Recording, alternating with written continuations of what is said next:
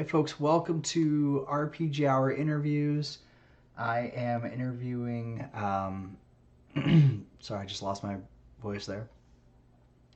I am interviewing. Why did it just say that the stream stopped? So sorry, one moment.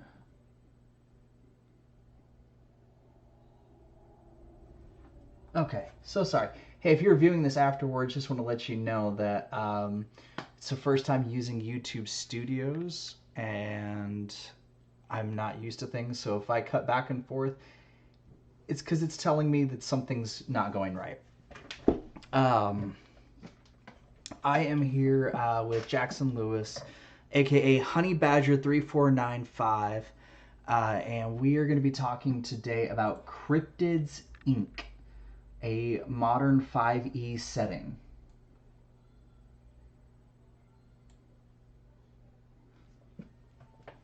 Why don't you introduce yourself right quick?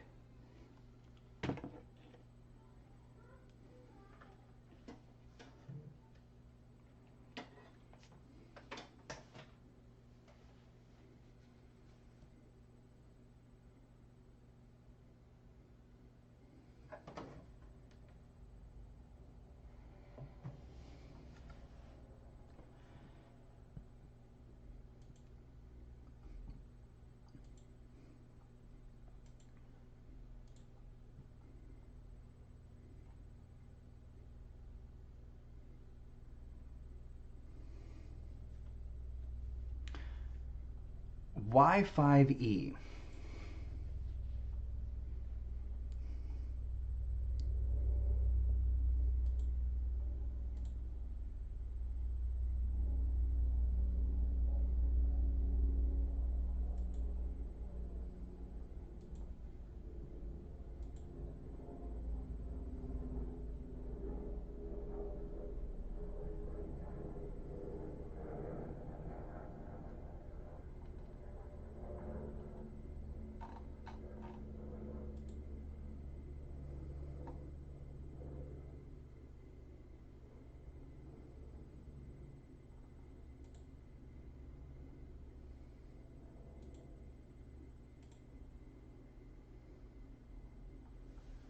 And what are you doing with the system differently to make it into more of a modern setting?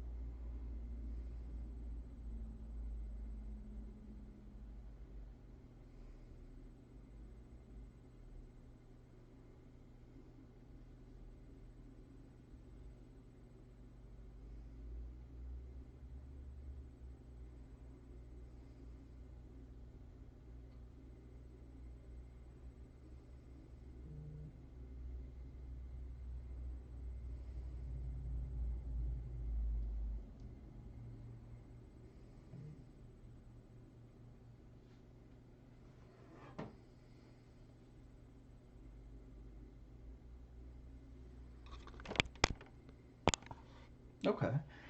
And what would you say that you do in regards to things like magic and faith-like abilities? Does those appear in Cryptids Inc.?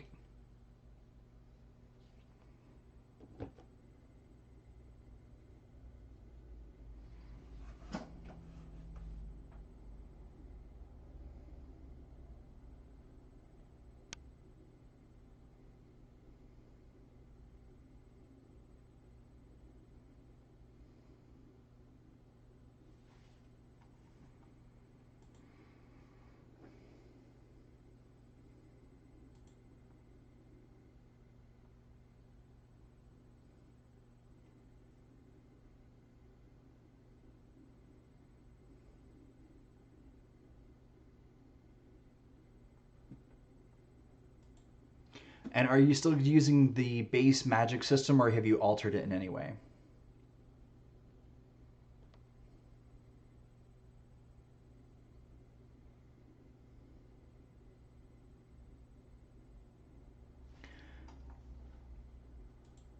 Is there anything out there that folks can look to, other RPG wise, to say that potentially influence this?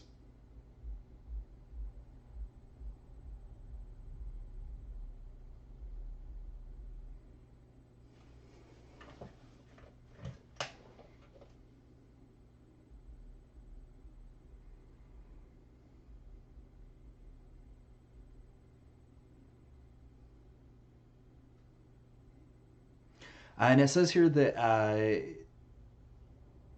it mentions adventures in the little tiny blurb that you do have available right now on your Notify Me. Are you putting pre-built adventures into this setting as well?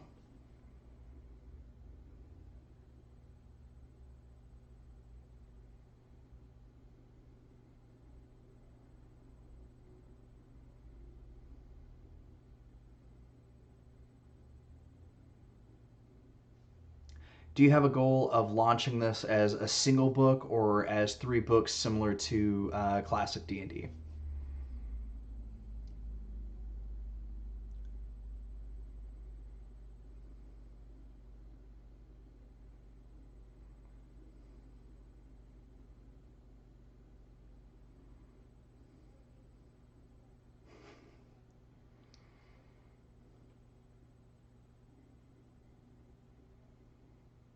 Are you going classic letter size? Are you switching that up as well?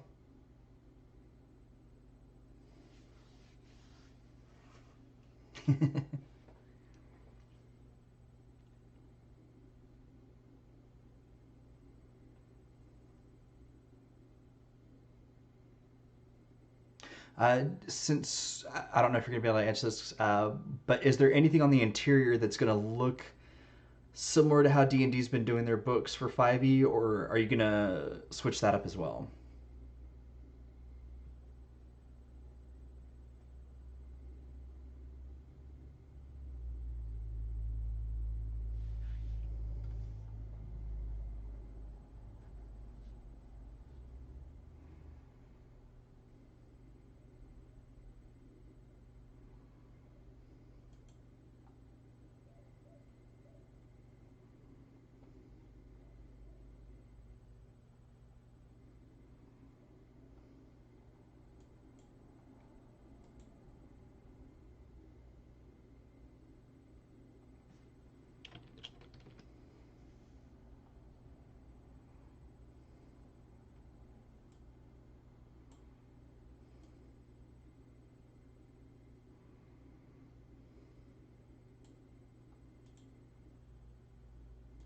And is there a long term for Cryptids Inc., or is it just one book?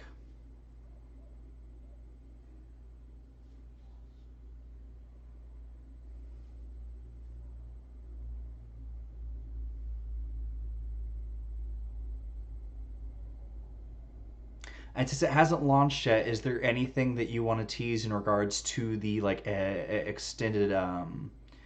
Oh, my brain just lost all of Kickstarter's terminology. Um, Stretch goals. Thank you. Yes.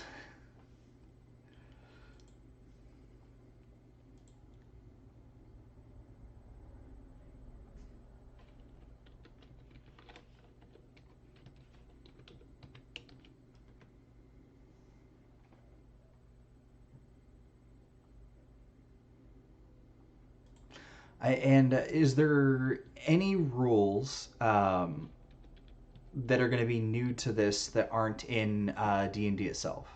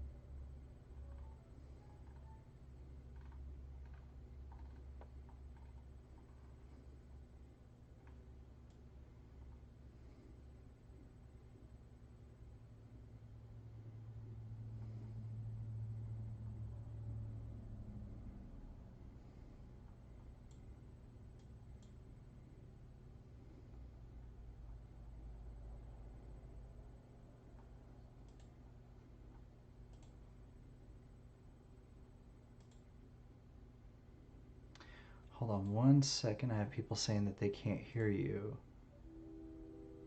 Trying to figure out why that is, because I see you.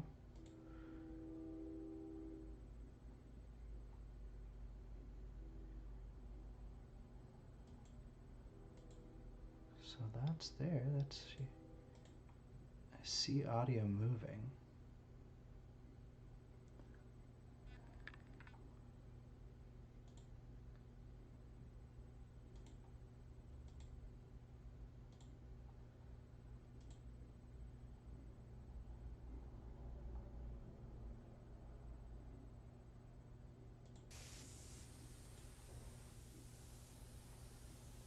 All right, I changed it to internal audio. I changed it to internal audio. Okay. Let me know if you can hear him now. Hello, hello. Testing. 1, 2. Chat.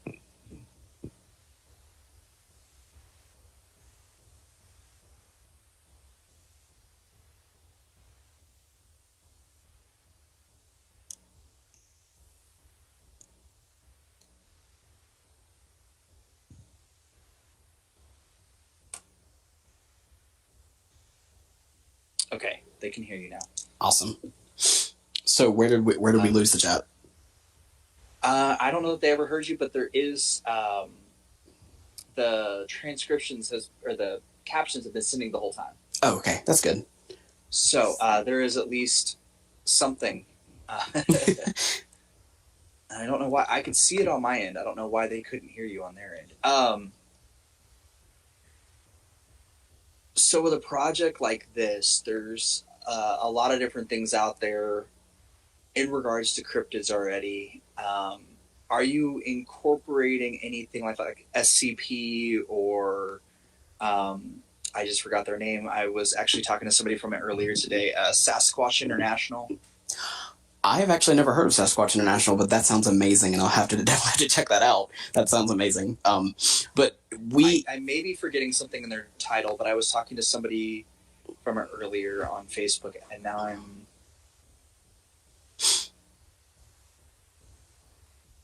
I will find it and I will send you that. But do you have anything? Are you incorporating any of the real world organizations into the game? So Cryptids Inc. is sort of like the SCP Foundation in the sense that like it keeps the world ignorant of like these kind of otherworldly beings and stuff. And that's its main goal is to corral and contain these cryptids and drive them away from people. And in fact, we wanted to avoid the whole issue that a lot of people have with D&D of like, you meet the monster, you kill the monster, you win, kind of thing. Of like, some of these cryptids aren't bad guys. Like we have, just off the top of my head, we have Bigfoot, who is not a bad guy at all. He's actually in D&D terms, his alignment is chaotic good. But the Cryptids Inc. recognizes that like harm could be visited on the general populace, or the general populace could visit harm upon the cryptids should they ever meet. So that's like a huge goal of theirs, much like the SCP Foundation. I have been keeping up with SCP Foundation since Series 1, and I'd say it's a huge influence on all of my writing, not just Cryptids Inc. But in terms of other cryptids work, I think our take on cryptids is fairly new. Cryptids are actually... So, let me back up. So, there's a realm, a dimension that sits perpendicular with Earth called the Dreaming.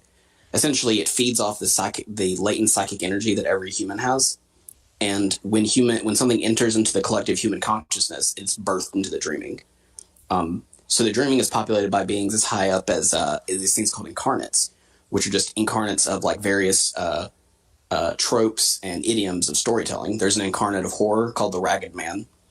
There's an incarnate of bravery called the Shining Knight. And through them, they birth these cryptids, or like birth forth these cryptids.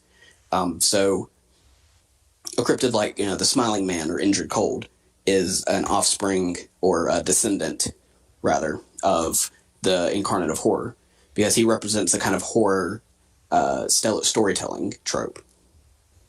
And I don't think anyone, I may be tooting my own horn here, but I don't think anyone has had that sort of like take on cryptids before, which I think sets us apart from everyone else. There is a cryptid. I'm trying to remember what they're called, but that's actually what they are. Is that if a bunch of people start believing in something, then it takes that form and can only be defeated by what people believe that it can be defeated. I'm trying to remember.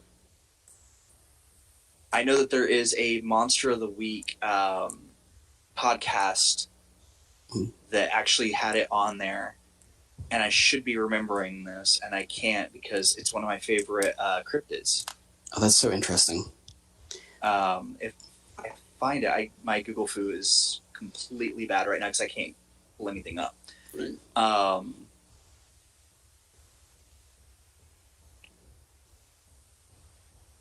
Okay. I will search for that later. I did send you a link. It is called the Sasquatch International Conference, and it's basically a group of people that like try to get together once a year and talk about their Sasquatch encounters. That sounds literally like the coolest thing I've ever heard.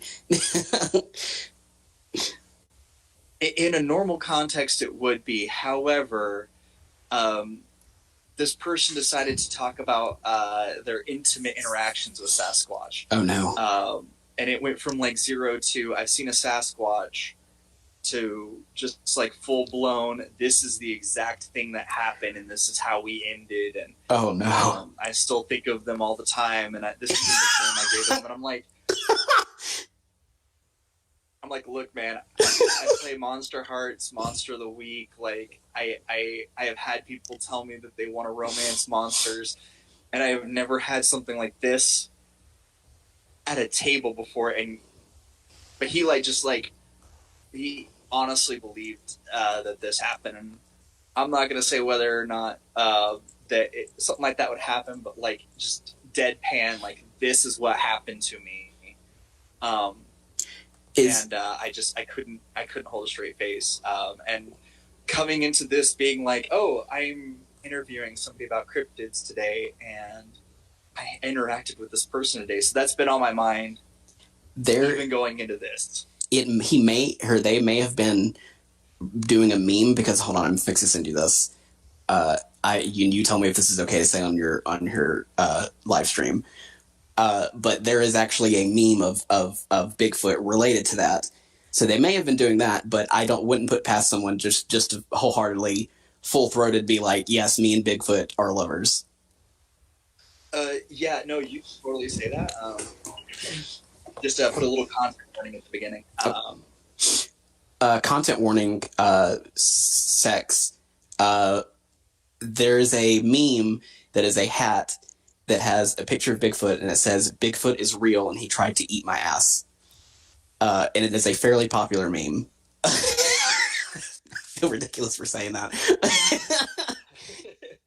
So content warning, this is going to talk about some sexual penetration, so if that's not something you're wanting to listen to, you might like mute it for a few seconds. No, this guy was like just deadpan talking about how like he was injured and Sasquatch took him in and nursed him back to health, and he like looks at me and he goes, now I want you to understand that I am straight, but I greatly appreciated everything. And I slept with Bigfoot. At least he's a gentle lover. And then that was it. Like, he just went on to talk about other things, and I'm just like, whoa, hold on. A lot of questions I have here. And I tried to steer it back to there, and every time I did, he was like, look, what happened between me and Bigfoot? No, I'm sorry. What was the name he used? No, he kept using this name over and over again. But he was like, what happened between us? It's a very private matter between two gentlemen. And they would just go on talking about everything else. And I'm like, no, I need more. I have people that are interested in this. Give me more. Oh my God. And I could not get him to go back around to it. But he told me that like his next thing is he's saving up money to go to uh, Loch Ness. Oh God. He wants to meet Nessie. Oh no, poor Nessie. And I'm just like, with your Bigfoot story, I'm not sure that that's a good thing. Like, I don't think you have a healthy relationship with cryptids. I think that you need to stay away from them. But then I think about like the stuff that hasn't been on alternating Wednesdays as a Monster of the Week game, and I promise you that if I told this story in one of them, they'd be like, "We're redoing this story on air." And so that's currently where I'm at. Is like I'm hoping that they're not in the audience right now, and that they're not going to see this, because that recreation is not something that I want to handle. But so our D&D doesn't exactly have like a relationship mechanic. Do you add something in there for the cryptids? We add in. We're in the middle of writing. So, in terms of like relationship and like friendliness or more, there is. For me personally, and my design philosophy is I don't like to put that into mechanics. I generally leave that up to like personality, stuff like that. And if the players want to do that and like be friends with the cryptid or do something like that, it would have to go into like some sort of like social checks or role playing aspect. There's nothing hard baked into mechanics as of this point, but I mean, we'll see if people want a friendship mechanic for cryptids. We can certainly cook something up. I'm pretty much sugarcoating it. I'm pretty sure there are people that are going to be out like, all right, so what's the mechanics for me, seducing? I do have to say I am definitely going to be interested to see how you handle some creatures, because some of them are... I don't know how they would exactly handle with a rules-heavy system versus a narrative. Things like hide-behinds, where no matter what you do, you cannot see them because they're always right behind you.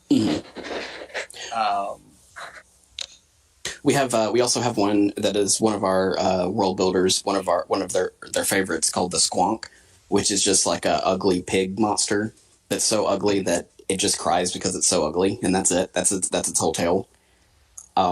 So with those, we're going for a more rules light approach because we don't anticipate the players to be going into open combat with them. That would be more resolved in sort of an encounter scenario. But for things like Mothman, Bigfoot, Bessie, which is like the American Loch Ness monster, we have actual like stat blocks and legendary actions and stuff like that for them. So have y'all created any new cryptids, or is it just ones that have already been rumored about? So part of the ethos of a cryptid in the setting is that it's like an actual real world thing that people talk about so much that it just springs to life inside of the dreaming. We have new monsters, like new concepts of monsters, and those come from like the higher ups of the dreaming of the incarnates of storytelling. We have the incarnates of storytelling. We have narravores, which are essentially these beings of immense power that they feed off a narrative. So there's one of like revenge. So if someone is wronged in the world, this narravore will seek out that person and go, "Hey, do you want to get revenge on this person? Here's the power to do that." And then when that story, that plot line essentially plays out, they feed off of that pataphysical energy that creates. So we do have new monsters, just not new cryptids. I do apologize for my facial expression for those at home, especially. I am definitely interested. I also read the description for a Squonk in regards to what is this? The 1910 discovery of the creature, and it's honestly a little horrifying.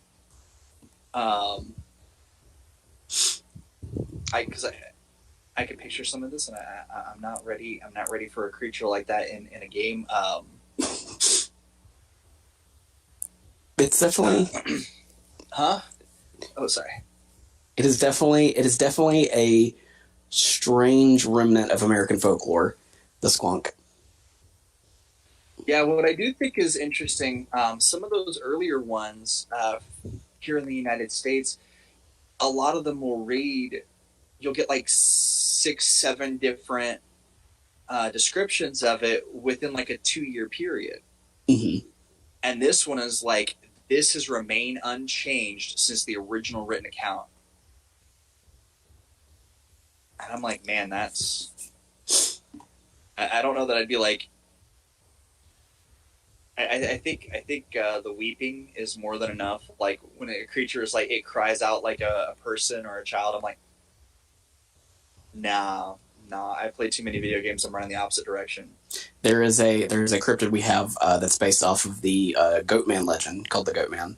One of his abilities is mimicry, where he can, if he hears a voice, he can mimic it perfectly, and he uses that to lure people. And there's a whole encounter where you're in the forest, it's dark, you can't see anything, and the Goatman is using the voices of your party members to lure different party members to different places and attack them. So, did you use the Texas Goatman, Maryland Goatman, or Kentucky Goatman? We used, oh gosh, it's the Goatman Bridge Goatman. I don't know where that is.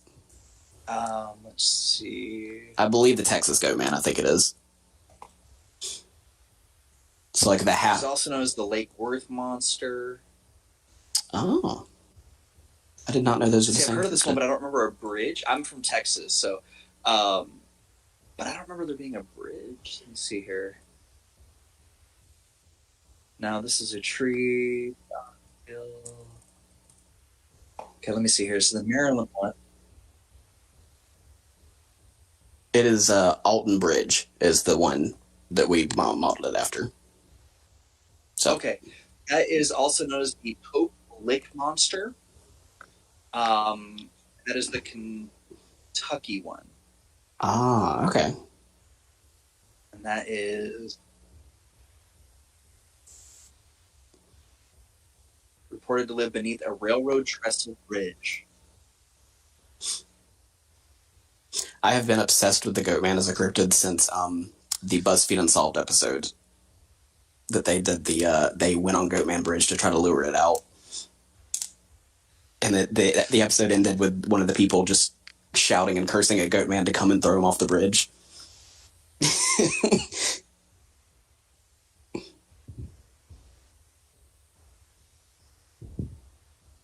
I have not seen that. I don't watch a lot of those episodes. My wife does, so I'm sure she's seen that. Mm-hmm. I will have to go watch that now. I'm definitely interested. Oh, that's interesting. I think she is responding in the chat in a way that would make sense to.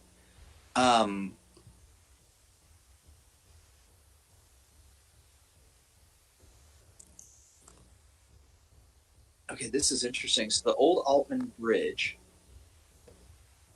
is in Texas. Oh. But the Texas Goatman does not mention the bridge. Interesting. But the one in Kentucky is all about a bridge.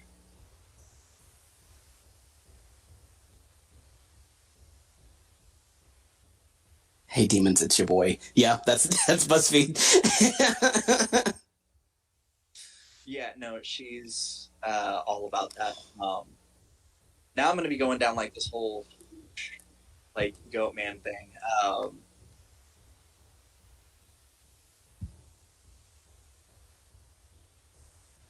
Hey demons, it's your boy. Is that what you want me to say? When your wife is in chat harassing you to say things.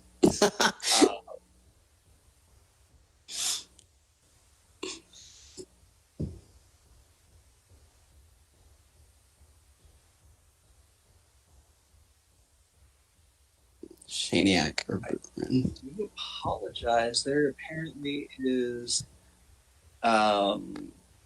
YouTube is giving me that there's an error with our stream, so I apologize if you are out there and not seeing anything. Oh no.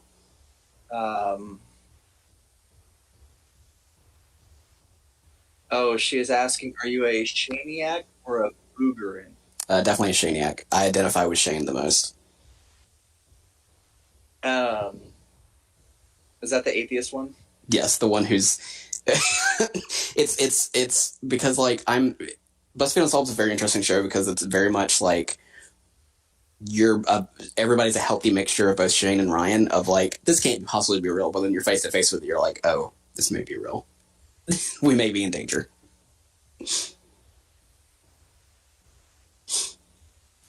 Yeah, I definitely do. I mean, I'll be honest, I really go on the ghost hunt just like people off because I would say dumb stuff. Would you get out of here? You can do that in chat.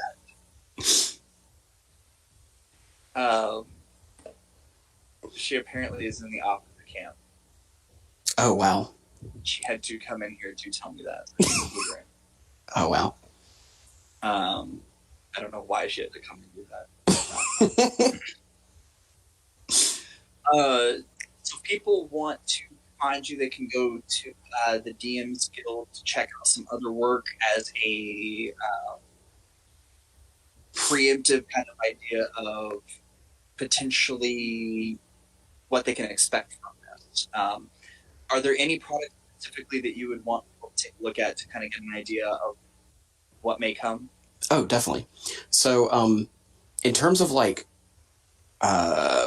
exciting monsters and dynamic monsters, which is what we aim for in the Cryptids Inc., I have two products out on the DM's Guild called Titans of the Ancient World and Titans of Faerun. Both of those are collections of kaiju, of these giant monsters who have very dynamic abilities, and each encounter with them is sort of like its own cinematic experience. And we've designed the cryptids the same way. So if people would want to get like a taste of Cryptids Inc. before backing it or before checking it out, definitely Titans of the Ancient World is the way to go, or Titans of Faerun. And as somebody who's already like on your feed, is the Combat Medic going to be retailored for Cryptids Inc.? We actually have so that's kind of baked into the soldier chassis of this ability to like kind of like slide in and like quickly patch somebody up and like drag them away from the action. I believe there's also an ability like that for the Brawler and the Infiltrator, just their own flavor of ability. Since we are overall it's a very lower magic setting, so we had to kind of tool up the martial classes to be able to pick up the slack.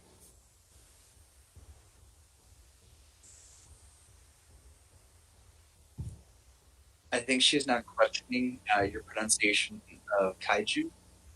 I do. I get that all the time from my friends. I say I was raised in the deep south. Everyone said kaiju.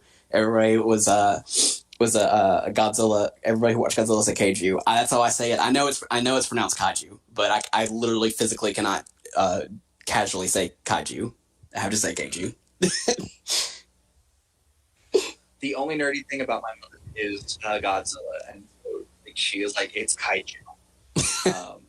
So it is one of those things. But yes, it is definitely. I've got it right up here. Titans of Faerun. 7 kaiju, all at CR 30, and only because they're not right next to each other, I have to scroll to the other one. Did I accidentally? Oh yeah, here it is. And then Titans of the Ancient World has 7, all at CR 30. Look, we're not getting in a kaiju. No, we're not getting into a kaiju argument right now. Gamera. Oh my god.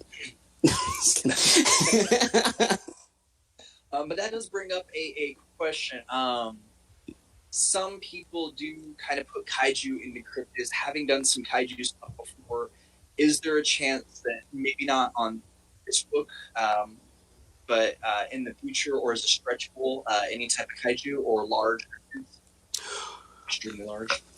I would definitely say if my team will let me, I would like to sneak in a couple kaiju.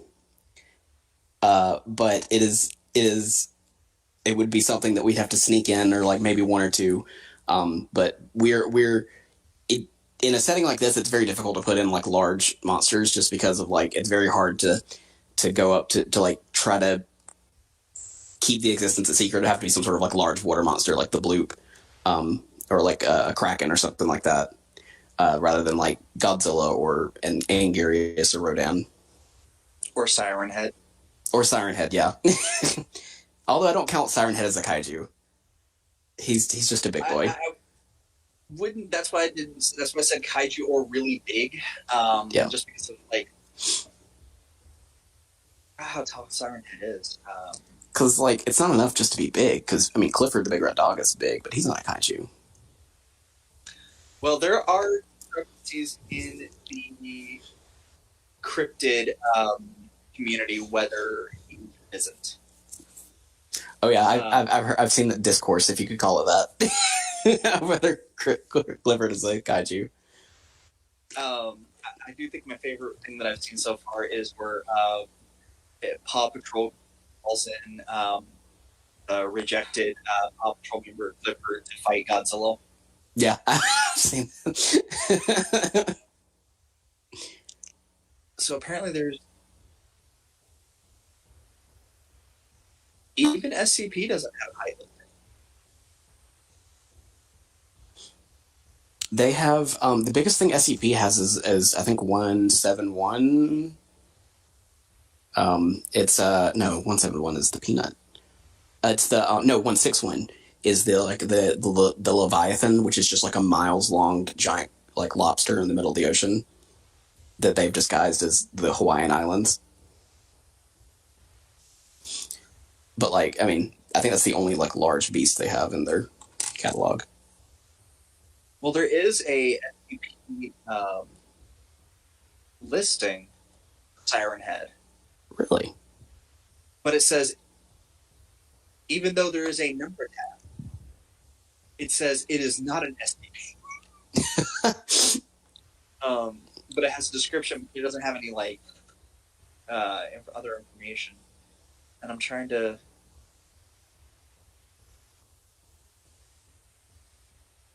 Well, I'm gonna have to try and do that. And, 40 feet tall. Yeah, I mean, Godzilla could just step on him. That's not big at all.